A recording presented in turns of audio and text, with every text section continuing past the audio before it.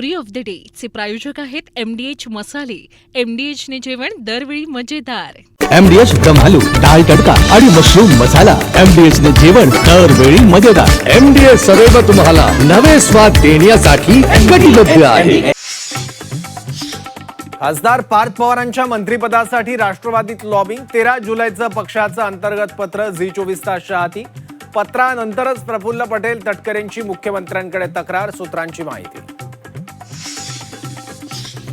जयंत पाटलांच्या भेटीगाठी नेमक्या कशासाठी? भेटींमागे विलीनीकरण, एनडीएला समर्थन की वेगळं कारण? राजकीय चर्चांना उधाण. राजकारणात गाठीभेटी सुरूच असतात. कुणी कोणाची भेट घेतली म्हणजे पक्ष सोडला असं होत नाही. जयंत पाटील एकनाथ शिंदे भेटीवर संजय राऊतांची प्रतिक्रिया. पुढील 15 दिवसात दोन्ही राष्ट्रवादी एकत्र येतील. आमदार रवी राणा यांचा मोठा दावा. सुप्रिया सुळे केंद्रात मंत्री तर सुनेत्रा पवारांकडे राज्याची जबाबदारी असेल. रवी राणा यांचं वक्तव्य. केंद्रात फेरबदल झाल्यास फडणवीस दिल्लीत जाऊ शकतात. खासदार संजय राऊत यांचा दावा. तर आधी महाराष्ट्राची सेवा करणं महत्वाचं. भाजपच्या नवनाथ बन यांचं प्रत्युत्तर. रवींद्र धंगेकर नॉट रिचेबल असल्याची चर्चा. बांधकाम कंत्राटदार आत्महत्या प्रकरण. पोलिसांकडून धंगेकर पती पत्नीचा शोध सुरू. अयोध्या राम मंदिर दानचोरी प्रकरणावरून शिवसेना युबीटी आक्रमक. उद्या नागपुरात उद्धव ठाकरेंच्या उपस्थितीत रामरक्षा पठण. रामरक्षा पठणाला मुख्यमंत्री आणि सरसंघचालकांनाही आमंत्रण. मतदार यादीत नाव नसल्यानं नागरिकत्व संपत नाही. नागरिकत्वाबाबत सुप्रीम कोर्टाचा महत्वाचा निर्वाळा. निवडणूक आयोगाचे अधिकार मतदार यादी पुरतेच असल्याचंही केलं स्पष्ट.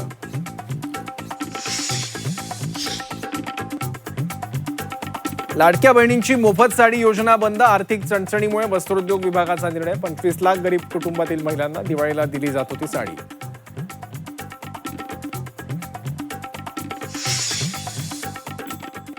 नमस्कार, मी Saurabh Koratkar. Story of the day आमच्या खास कार्यक्रमात आपल्या सगळ्यांचं स्वागत. दिवसभरातल्या काही महत्वाच्या राजकीय घडामोडींचा सविस्तर आढावा आता आपल्याला घ्यायचा आहे. बुलेटिनच्या सुरुवातीला बातमी आहे राष्ट्रवादी काँग्रेसमधून. खासदारकीनंतर आता पार्थ पवारांच्या मंत्रिपदासाठी राष्ट्रवादीत हालचाली सुरू झाल्याची माहिती आहे. त्यासाठी एका पदाधिकाऱ्यांना थेट सुनेत्रा पवारांना शिफारस पत्र लिहिलंय. या पत्रामध्ये पार्थ पवार केंद्रात मंत्री का असावेत याबाबत 8 कारणं सुद्धा दिली आहेत. या पत्रामुळेच राष्ट्रवादीच्या वरिष्ठ नेत्यांमध्ये नाराजी असल्याची सूत्रांची माहिती आहे. पाहूयात राष्ट्रवादीत नेमकं काय सुरू आहे. पार्थ पवारांची मोदींच्या मंत्रिमंडळात वर्णी. मंत्रिपदासाठी पक्षात लॉबिंग. वरिष्ठ नेत्यांमध्ये नाराजी. राष्ट्रवादीचं ते पत्र झी24 तासच्या हाती. दिवंगत उपमुख्यमंत्री अजित पवार यांचे पुत्र आणि खासदार पार्थ पवार यांना केंद्रीय राजकारणात सक्रिय करण्यासाठी पक्षांतर्गत हालचाली सुरू झाल्यात. मोदींच्या मंत्रिमंडळात पार्थ पवारांची वर्णी लागावी यासाठी राष्ट्रवादीत लॉबिंग सुरू झालंय. पक्षातल्या एका मोठ्या पदाधिकाऱ्यानं सुनेत्रा पवारांना शिफारस पत्र दिलंय. या पत्रात त्यांनी पार्थ पवार केंद्रात मंत्री होणं का गरजेचं आहे याची 8 कारणं दिली. तरुण असे नेतृत्व म्हणून पार्थदादा पवार यांच्याकडे पाहिलं जात आहे आणि सत्तेशिवाय शहाणपण नसतं. म्हणून मोदीजीच्या नेतृत्वाखाली असलेल्या मंत्रिमंडळामध्ये राष्ट्रवादी काँग्रेस पक्षाच्या वतीने कॅबिनेट मंत्री म्हणून पार्थदादा पवार यांना त्या ठिकाणी पक्षाने संधी द्यावी अशी विनंती आम्ही राष्ट्रवादी काँग्रेस पक्षाच्या राष्ट्रीय अध्यक्षा सुनेत्रा वहिनी यांच्याकडे 13 तारखेला दिलेल्या पत्रामध्ये केलेली आहे. कार्यकर्त्यांची भावना पार्थदादा पवार यांनी मंत्रिपद स्वीकारावं अशी असणं नैसर्गिक आहे. परंतु या संदर्भातला जो काही निर्णय घ्यायचा आहे तो स्वतः पार्थदादा पवार यांनी घ्यायचा आहे. आदरणीय सुनेत्रा वहिनींनी घ्यायचा आहे. वास्तविक मंत्रिमंडळामध्ये कोणाचा समावेश करायचा या संदर्भातला सर्वाधिकार हा देशाचे पंतप्रधान माननीय नरेंद्रजी मोदी साहेब यांना असतो. आम्ही घटक पक्षीय नात्याने त्या ठिकाणी मंत्रिमंडळामध्ये आम्हाला रिप्रेझेंटेशन त्या ठिकाणी निश्चितपणे मिळेल अशी अपेक्षा आहे. दरम्यान या पत्रानंतर राष्ट्रवादीच्या वरिष्ठ नेत्यांमध्ये नाराजी असल्याची सूत्रांची माहिती आहे. या पत्रानंतरच सुनील तटकरे आणि प्रफुल्ल पटेल यांनी मुख्यमंत्री फडणवीसांची भेट घेतली होती आणि इथं या दोन्ही नेत्यांनी पार्थ पवारांची तक्रार केली अशी सूत्रांची माहिती आहे. मला नाही वाटत प्रफुल्ल पटेल साहेब किंवा तटकरे साहेब नाराज झाले असतील. माझं तर म्हणणं असं आहे की ते इतक्या मोठ्या मनाचे नेते आहेत की ते सुद्धा ह्या सगळ्या गोष्टीला, मी मगाशीच म्हटलं की ते सुद्धा या सगळ्या गोष्टीला पाठिंबा देत. मला ते माहीत नाही, ते त्यांना विचारलं पाहिजे की ते नेमके कशामुळे मुख्यमंत्र्यांना भेटले. पण जोपर्यंत पक्षातली अंतर्गत माहिती माझ्याजवळ आहे, जी कालच्या दिवशी तटकरे साहेबांनी स्पष्टपणे सांगितलं की ते त्यांच्या काही कामांच्या निमित्ताने मुख्यमंत्री महोदयांना भेटले होते, एवढंच त्याचा अर्थ आहे.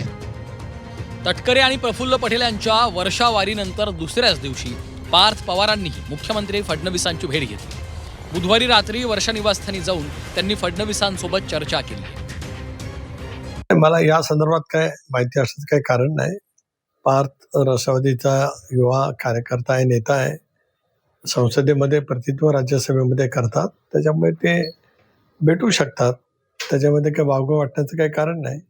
अगदी प्रशासकीय कामावरती संघटनेच्या कामाची जरी त्यांनी चर्चा केली तर त्याच्यामध्ये वेगळं वाटण्याचं काही कारण येत नाही. पार्थ पवार पण मुख्यमंत्र्यांना भेटलेले आहेत. मला माहित नाही ते कशासाठी भेटलेत ते.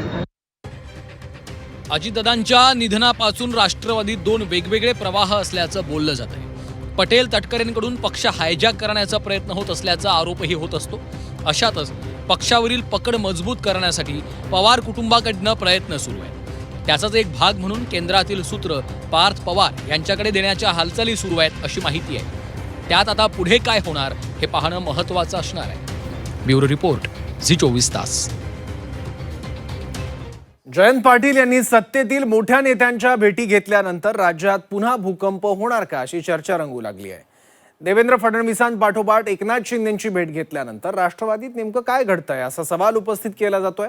मतदारसंघातील कामासाठी भेट झाल्याचं स्पष्टीकरण जयंत पाटलांनी दिलं असलं तरी मध्यरात्री भेट घेतल्यानं राजकीय वर्तुळात अनेक तर्कवितर्क लावले जात आहेत. पवारांची राष्ट्रवादी कोणती नवी राजकीय खेळी करणार याकडे संपूर्ण राज्याचं लक्ष लागलंय. पाहूयात खरंच असं काही घडतंय का. जयंत पाटलांच्या भेटीगाठी नेमक्या कशासाठी? भेटींमागे विलिनीकरण, एनडीएला समर्थन की वेगळं कारण? आधी वर्षा मग नंदनवन, कोणता राजकीय प्लॅन? दोन्ही राष्ट्रवादीत नेमकं चाललंय तरी काय प्रश्न उपस्थित होतोय. दोन्ही राष्ट्रवादीच्या नेत्यांच्या वेगवेगळ्या गाठीभेटींमुळे हा प्रश्न उपस्थित झालाय. मंगळवारी रात्री मुख्यमंत्र्यांच्या वर्षा बंगल्यावर प्रफुल्ल पटेल, तटकरे आणि जयंत पाटील एकाच वेळी हजर होते. तर वर्षावरील भेटीनंतर देवगिरीवर उपमुख्यमंत्री सुनेत्रा पवार यांनी राष्ट्रवादीची महत्त्वाची बैठक घेतली. तर बुधवारी पार्थ पवार आणि मुख्यमंत्री फडणवीस यांची भेट झाल्याची माहितीही समोर आली आहे. तर गुरुवारी जयंत पाटील यांनी उपमुख्यमंत्री शिंदेंची भेट घेतल्यानंतर राज्यात कुठला मोठा राजकीय भूकंप होणार का असा प्रश्न उपस्थित केला जातोय. त्यातच आमदार रवी राणांनी दोन्ही राष्ट्रवादी एकत्र येणार असल्याचा दावा करत सुप्रिया सुळे केंद्रात मंत्री होणार असल्याचं म्हटलंय. त्याचा तटकरेंनी चांगला समाचार घेतलाय. जे अशक्य आहे ते नेहमी राजकारणात शक्य झालेलं आहे. येणाऱ्या 15 दिवसामध्ये सुमित्रा वहिनी आणि सन्माननीय शरदचंद्र पवार साहेब हे दोन्ही पक्ष एकत्र येतील. दिल्लीमध्ये आमच्या सुप्रियाताई सुळे पाहतील दिल्ली, आणि राज्यामध्ये सुमित्राताई पाहतील. आणि पुढची भविष्यवाणी सुद्धा सांगतो, केंद्रामध्ये सुप्रियाताई मंत्री बनतील आणि राज्य पूर्ण सांभाळण्याची जबाबदारी सुमित्रा पवार यांच्याकडे राहील. त्यामुळं याच्यामध्ये कुठेही काही जरी असलं तर राजकारणामध्ये जे अशक्य आहे ते शक्य होत असते, आणि 15 दिवसात हे शक्य झालेलं आपल्याला दिसेल. रवी राणा फार मोठे नेते आहेत, त्याच्यामुळे माझ्यासारख्या छोट्या कार्यकर्त्यांनी त्यांच्यावरती वक्तव्य करणं काय फार योग्य नाही. ते खूप मोठे नेते आहेत. आता वेगवेगळ्या भेटीगाठी, वेगवेगळ्या शक्यता यावर चर्चा होत असताना एकनाथ शिंदेंसोबतच्या भेटीबाबत जयंत पाटलांनी माहिती दिली आहे. एकनाथ शिंदेंसोबतच्या भेटीबाबत जयंत पाटलांनी स्पष्टीकरण दिलंय. नगर विकास खात्याबाबत आणि माझ्या वैयक्तिक कामांसाठी एकनाथ शिंदे यांची भेट घेतली. नगराध्यक्षांच्या अपात्रतेसंदर्भात अपील केल्याचंही शिंदेंना सांगितल्याचं जयंत पाटील म्हणाले. आधीच शरद पवारांचा पक्ष एनडीएत जाणार अशा चर्चा अधूनमधून सुरू असतात. त्यातच शरद पवारांचं विधान भवनात एकनाथ शिंदेंच्या दालनात जाणं, त्यानंतर वर्षावर मुख्यमंत्री तटकरे आणि पटेलांसोबत जयंत पाटलांचं एकाच वेळी असणं, आणि हे झाल्यावर जयंत पाटलांनी उपमुख्यमंत्री एकनाथ शिंदेंची भेट घेणं, यामुळे काही मोठ्या राजकीय घडामोडी सुरू असल्याचा अंदाज लावला जातोय. पण मवियातल्या पक्षांनी या शक्यता फेटाळल्या. नांदेडच्या दौऱ्यावर आलो नसतो ना, मी पक्षवाढीसाठी आलो नसतो. पक्षवाढीच्या संदर्भातून माझ्या नेत्यांनी आदेश दिलाय. 15 ऑगस्ट नंतर आम्ही पूर्ण महाराष्ट्र पिंजून काढणार आहोत. मी असेल, सुप्रियाताई असेल, सगळे खासदार आमदार आमचे सगळे एक आहेत. आम्ही आता महाराष्ट्र पिंजून काढणार आणि मी परत सांगतो, आदरणीय पवार साहेब सुद्धा महाराष्ट्रामध्ये दौरा करणार आहेत. ये लोग जिसका आपने नाम लिया और रामदास आठवले जी को मिलेंगे तो आप क्या कहेंगे, वो आठवले जी के पार्टी में जा रहे हैं? इस महाराष्ट्र में और देश में इतनी पॉलिटिकल पार्टियां बन गई है, कोई ना कोई किसी से मिलते जुलते रहते हैं ना. उसका मतलब ये है कि गए पार्टी में आए पार्टी में, जयंतराव पाटिल हो या जितेंद्र आव्हाड हो, वो सभी पार्टी के नेताओं से मिलते जुलते रहते हैं. फ्री बर्ड्स है, मिलने दो. कुणाला भेटतायत त्यावरून मी जर उद्या मुख्यमंत्र्यांना भेटून आलो माझ्या मतदारसंघातल्या कामासाठी, तर त्याचा अर्थ असा काय की मी भाजपमध्ये चाललो. मी जर शिंदेना भेटून आलो त्याचा अर्थ असा काढायचा काय, सरकारमध्ये बसलेल्या व्यक्तींच्याकडे, मंत्र्यांच्याकडे, उपमुख्यमंत्र्यांकडे काम असतात. कोणी त्या कामासाठी मिळत असतो. आता त्याच्यावर ते सगळे कॅमेरे लावून आम्हाला जर त्याच्यामध्ये दाखवलं आणि मधामध्ये माझीच बदनामी केली, मी शिंदेमध्ये चाललोय.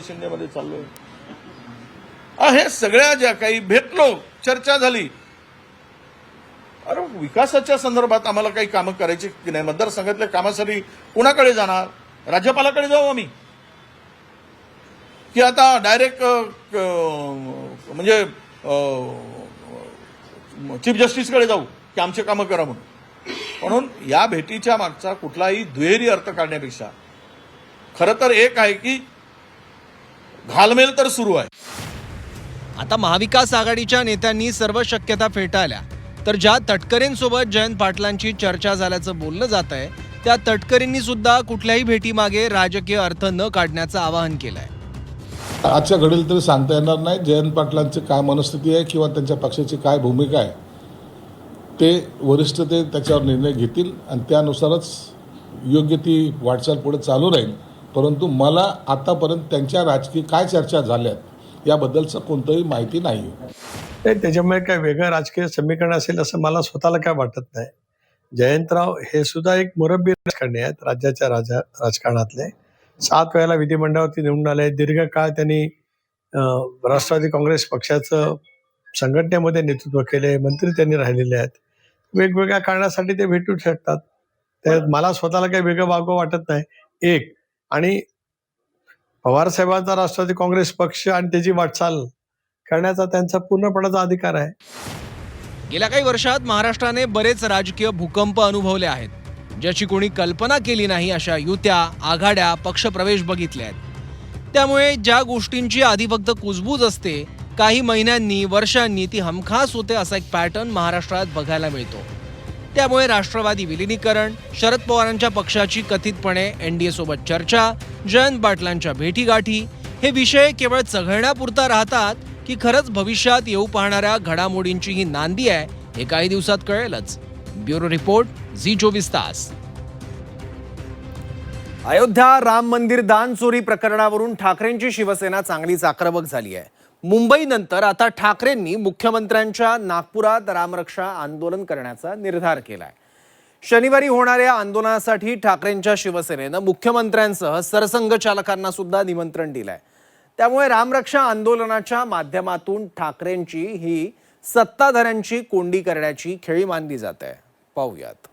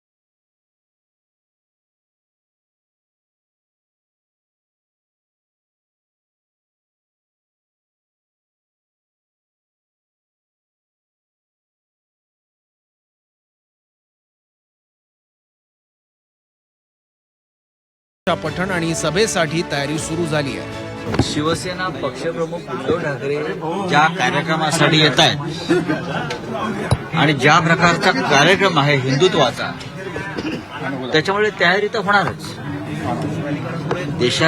आपलं महाराष्ट्राच्या उपराजधानीमध्ये कार्यक्रम आहे.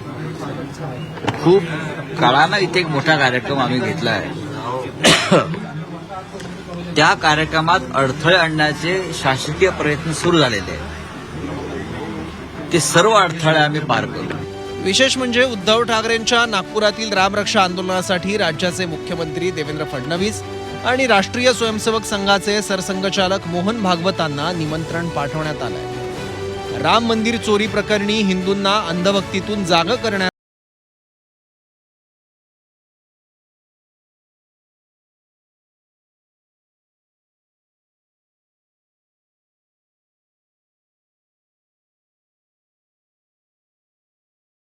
संघचा परमपूज्य सरसंघ चालक मोहनराव भागवतजी यांना सुद्धा आज आम्ही निमंत्रण पाठवलेलं आहे. नागपूरमध्ये आल्यावर ह्या ज्या प्रमुख व्यक्ती आहेत हिंदुत्वाच्या दृष्टीनं अतिमहत्वाच्या जी व्यक्तिमत्व आहेत, आम्ही त्या सगळ्यांना आदरपूर्वक निमंत्रण देण्याचा प्रयत्न करत आहे. सरसंघ चालकांनी जर इथे येणं जमत नसेल तर त्यांनी त्यांचा प्रतिनिधी पाठवावा अशी आम्ही त्यांना विनंती केलेली आहे. हे काय लग्नाचं आमंत्रण नाही. लग्नासाठी हा आग्रह केला जातो, पण राज्याचे मुख्यमंत्री आहेत आणि आम्ही त्यांच्या निवासस्थानाजवळ एक उपक्रम, धार्मिक उपक्रम हिंदुत्वाचा करतो. राज्याचे मुख्यमंत्री म्हणून आम्ही त्यांना निमंत्रण दिलेलं आहे. राऊतांनी भाजप आणि संघाच्या प्रमुखांना निमंत्रण दिलं असलं तरी काँग्रेसमध्ये राम मंदिरातील दान चोरीचा संदर्भ देत पुन्हा संघ आणि भाजपवर निशाणा साधलाय. तर अजित पवारांच्या राष्ट्रवादीनं जय श्रीराम म्हणत याविषयी जास्त बोलणं टाळलंय. त्या आंदोलनात कोणी जावं, निमंत्रण दिलं ज्यांना तर गेलं पाहिजे. सगळ्या आंदोलन जावं नाही जावं किंवा कोणी गेलं पाहिजे, ज्याचा त्याचा प्रश्न आहे. त्याला काही कोणाचा विरोध नाही, पक्षाचाही विरोध नाही, त्या ठिकाणी जाण्याला विरोध नाही. पण आता मला वाटतं की RSSचे कसे जातील, ते तर शांतच बसले आहेत. विश्व हिंदू परिषद कशी जाईल. आता हे जर उतरले खरंच रामाचे भक्त आणि हिंदूचे रक्षण करते असतील तर RSS आणि विश्व हिंदू परिषद जाईल. नसतील, लुटेऱ्यांच्या फौजेचे सहकारी असतील तर जाणार नाही. नागपूरमध्ये रामरक्षा आंदोलन करण्यात येणार आहे. उद्धव ठाकरे यांच्याकडून रामरक्षा पठण, फडणवीस यांनी यामध्ये सहभागी व्हावं असं देखील पत्र शिवसेनेकडून त्यांना देण्यात आलेलं आहे. जय श्रीराम, जय श्रीराम. सत्ताधारी भाजप शिवसेनेनं मात्र ठाकरेंच्या शिवसेनेच्या या निमंत्रणावरून टीकेची झोड उठवल्याचं पाहायला मिळत आहे. हे रामरक्षा आंदोलन नाही तर पक्षरक्षा आंदोलन आहे.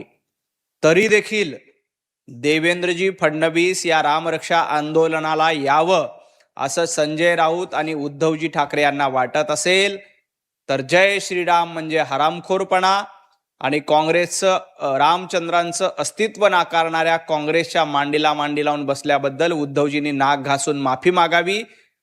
देवेंद्रजी या आंदोलनामध्ये सहभागी होतील. राम मंदिर उभारणीच्या सोहळ्याचा निमंत्रण जेव्हा त्यांना दिलं तेव्हा ते आले नाही. 3-4 दिवस अगोदर तर आम्हाला निमंत्रण मिळालं नाही म्हणून बोलत होते, परंतु नंतर निमंत्रण दिलं तर ते गेले नाही. म्हणून त्यांच्या निमंत्रणाचा स्वीकार इतरांनी करावाच असं त्यांनाही सुद्धा आग्रह धरू नये. म्हणून त्यांनी त्यांची भक्ती करावी. कोणी येऊ न येऊ, तो त्यांचा जो काय पक्षाचा कार्यक्रम आहे, हा राजकीय कार्यक्रम जो आहे तो त्यांनी व्यवस्थित पार पाडावा. माननीय देवेंद्र फडणवीस यांनी वयाच्या 12व्या वर्षापासून हिंदुत्वाचं कवच अंगावर घेतलं. वेळ पडली तर बाबरी मस्जिदीच्या विध्वंसनासाठी कारसेवा केली.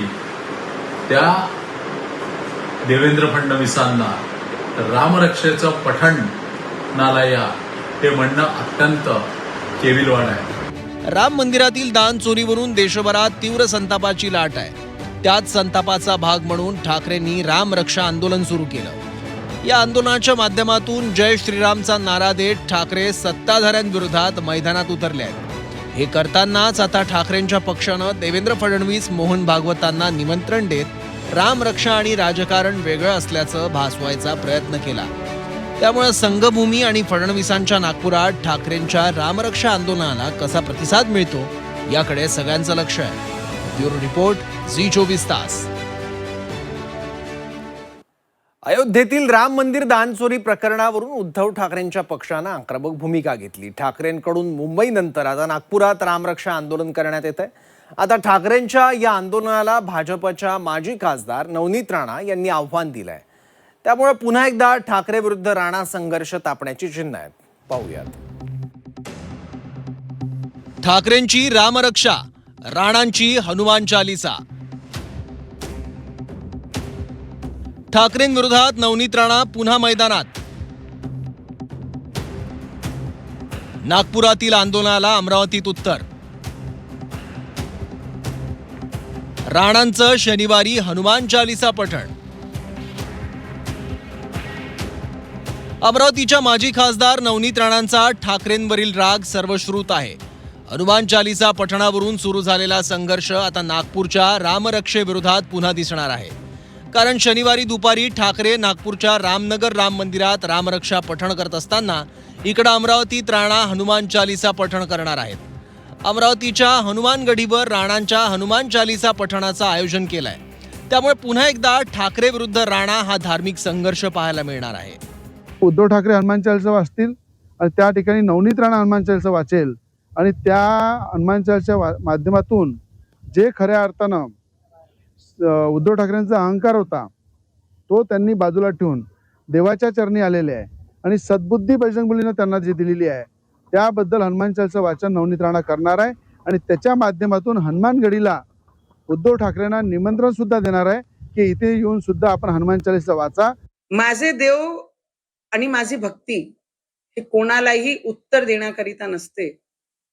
कारण 14 दिवस जेव्हा जेलामध्ये मी राहिली ॲज ए महिला खासदार म्हणून, ते प्रत्येक क्षण मी त्या जेलामध्ये कसे काटले ते मला माहित आहे आणि माझे परिवारांना आणि माझे लेकांना, माझे परिवाराचे सदस्यांना माहित है. मुझे इतना मालूम है कि भगवान के आगे हर कोई झुकता है, पर जनाब उद्धव ठाकरे जी को बहुत लेट होता है. नवनीत राणांचं हे आंदोलन उद्धव ठाकरेंच्या रामरक्षा आंदोलनाला राजकीय प्रत्युत्तर आहे. त्यामुळे शिवसेनेनं देखील या आंदोलनाला समर्थन देत ठाकरेंना डिवचलंय. नवनीत राणा दाम्पत्याने मुंबईला आरती करायचा प्रयत्न केला. सत्ता होती, आपल्याकडे ताकद होती, त्यांना तातडीने अटक केलं, 13 दिवस जेलमध्ये ठेवलं. आता हेच महाशय आता ते आरती करायला दुसरीकडे चाललेले आहेत. आता जर यांच्यावर कारवाई झाली तर काय म्हणतील, परंतु हे सरकार त्यांच्या आरतीला कुठे अडवणार नाही. अत्यंत भक्तिभावाने त्यांनी आरती करावं अशा आमच्या त्यांना शुभेच्छा राहणार. राणांच्या या आंदोलनावरून ठाकरेंच्या शिवसेनेच्या मवियाच्या नेत्यांनी मात्र पलटवार करत टीका केल्याचं पाहायला मिळालं. मला त्याबद्दल काय बोलायचं नाही. ज्यांना हनुमान चालीसा बजरंगबलीचा गदा कुठं चालला ते अमरावतीमध्ये दिसलं. कोणाच्या पाठीवर वार केलाय तो. जय बजरंगबली म्हणून गदा कुठाच्या पाठीवर आणि कशी पाठ लाल केली हे अमरावतीकरांनी हनुमानच्या रूपानं दाखवलं. त्यामुळे तिथे काय बोलायची गरज नाही. हा एक राष्ट्रीय स्तरावरचा कार्यक्रम आहे. शिवसेना ही या महाराष्ट्रातल्या हिंदुत्वाची जनक आहे, लक्षात घ्या. आजही मातोश्री ही हिंदुत्वाची राजधानी मुख्य केंद्र आहे. जर कोणाला असं वाटत असेल की आम्हीही हिंदुत्ववादी आहोत तर राम मंदिराच्या लुटीविरुद्ध जे आम्ही एक मोहीम उघडलेली आहे त्याच्यामध्ये सगळ्यांनी सामील व्हायला पाहिजे. यात का राजकीय पक्षाचा प्रश्न नाही आहे. अयोध्येतील राम मंदिर दानचोरी प्रकरणावरून उद्धव ठाकरेंच्या सेनेनं आक्रमक भूमिका घेत रामरक्षा आंदोलन पुकारलं. ठाकरेंच्या आंदोलनाविरोधात भाजपच्या राणा पुन्हा हनुमान चालीसा पठण करणार आहेत. त्यामुळे शनिवारी एकीकडे नागपुरात प्रभुरामाचा नारा तर तिकडे अमरावतीत हनुमानाचा जयघोष असा राजकीय संघर्ष पाहायला मिळेल. ब्युरो रिपोर्ट, झी24 तास.